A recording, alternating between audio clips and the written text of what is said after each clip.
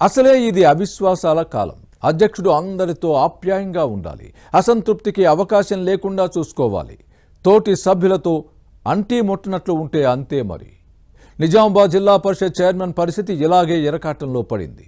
దావత్ ఇవ్వలేదని అధ్యక్షుడిని అడిగిన సభ్యులకు ఆయన ర్యాష్గా సమాధానమిచ్చారు. ఫలితంగా ఆయన చిక్కుల్లో పడ్డారు. అసలు నిజామాబాద్ జిల్లా పరిషత్లో ఏం జరుగుతోంది?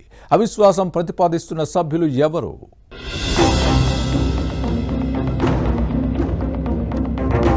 నిజామాబాద్ జిల్లా పరిషత్ చైర్మన్ దాదన్నగారి విఠలరావుపై అవిశ్వాసం కత్తి వేలాడుతోంది. నోటీస్ ఇవ్వాలనే ఆలోచనలో కొందరు బీఆర్ఎస్ జడ్పీటీసీలున్నారు. చైర్మన్ పీఠంపై కన్నేసిన కొందరు సభ్యులు ఈ దిశగా పావులు కదపడం చర్చనీయాంశంగా మారింది. విఠలరావు సౌమ్యుడిగా ముద్రపడ్డారు. ఆయన ఈ పీఠం ఎక్కాక అప్పుడున్న బీఆర్ఎస్ ఎమ్మెల్యేలు ఏమాత్రం సహకరించలేదు, ప్రోటోకాల్ పాటించలేదనే టాక్ ఉంది. అధికారిక కార్యక్రమాలు, ప్రముఖుల పర్యటనల్లో కూడా కనీసం కుర్చీ వేయకుండా అవమానించారనే ప్రచారం ఉంది. దీంతో గతంలో పలు సందర్భాల్లో తనకు జరుగుతోన్న అవమానంపై ఆవేదన వ్యక్తం చేశారు. కొన్నిసార్లు నిరసన తెలపాల్సి వచ్చింది. దీనిపై గులాబీ పార్టీ పెద్దలకు ఫిర్యాదు చేశారు. నిజామాబాద్ జిల్లా వ్యవహారాలు చూసుకుంటున్న ఎమ్మెల్సీ కవిత అండగా నిలబడి సర్ది చెప్పడంతో జడ్పీ పాలన అలా సాగిపోతూ ఉంది. అసెంబ్లీ ఎన్నికల్లో బీఆర్ఎస్ ప్రభుత్వం ఓడిపోయి కాంగ్రెస్ అధికారంలోకి రావడంతో విఠలరావుకు ఇబ్బందులు తలెత్తాయి. స్వపక్షంలోనే విపక్షం తయారైంది. మొన్నటి అసెంబ్లీ ఎన్నికల్లో ఓడిపోయిన ఓ బీఆర్ఎస్ అభ్యర్థితో పాటు మరో మాజీ మంత్రి అనుచరులు జడ్పీ చైర్మన్ విఠలరావును టార్గెట్ చేశారు. ఆయనపై అవిశ్వాసం పెట్టేందుకు కావలసిన మద్దతుదారులను కూడగడుతున్నారు.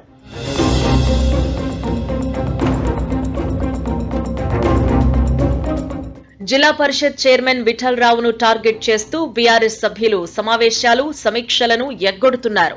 వారెందుకలా దూరంగా ఉంటున్నారో అర్థంగాక ఆ చైర్మన్ తనతో సన్నిహితంగా ఉండే వారితో ఆరా తీశారట. అధికారంలోకొచ్చి 4 ఏళ్లు దాటినా ఒక్కసారైనా జడ్పీ సభ్యులను ఖుషీ చేయలేదని వారు చెప్పారట. ఇతర జిల్లాల్లో అవిశ్వాసానికి ఏర్పాట్లు జరుగుతున్నాయని, ఇక్కడ సమస్య రాకముందే సభ్యులందరినీ విహారయాత్రకు తీసుకువెళ్లాలని కొందరు సూచించారట. ఓ సందర్భంలో బీఆర్ఎస్ సభ్యులు దీనిపై ఒత్తిడి చేశారట. కానీ విహారయాత్ర ప్రతిపాదనను నిరాకరించడమే కాకుండా తాను ఎమ్మెల్సీ కవిత బంధువునంటూ దురుసుగా మాట్లాడారట. తనను కావాలనే ఇబ్బంది పెడుతున్నారని విరుచుకుపడ్డారని చెబుతున్నారు. ఆయన తీరుతో కొందరు సభ్యులు కినుక వహించారు.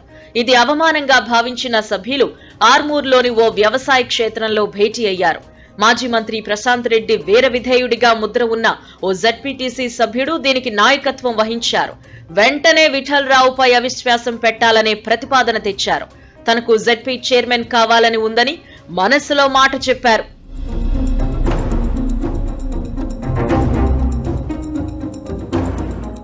అయితే తదుపరి భేటీలో అవిశ్వాసం ఎప్పుడు పెట్టాలి అనేది తేల్చేయాలని జడ్పీటీసీలు నిర్ణయించారు. కానీ ఆ తర్వాత కొందరు సభ్యులు చల్లబడ్డారు.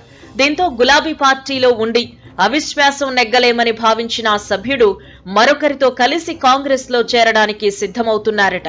ఈ మేరకు నిజామాబాద్ జిల్లాకు చెందిన ఓ కాంగ్రెస్ ముఖ్య నేతను సంప్రదించారు అనే టాక్ నడుస్తోంది. అవిశ్వాసంతో తమకు అనుగూరే లాభమేంటని హస్తం పార్టీ నేతలు లెక్కలు వేస్తున్నారట. అన్ని అనుకూలంగా ఉంటేనే సభ్యులను చేరదీసి అవిశ్వాసం వరకు వెళ్లాలి అని భావిస్తున్నారు.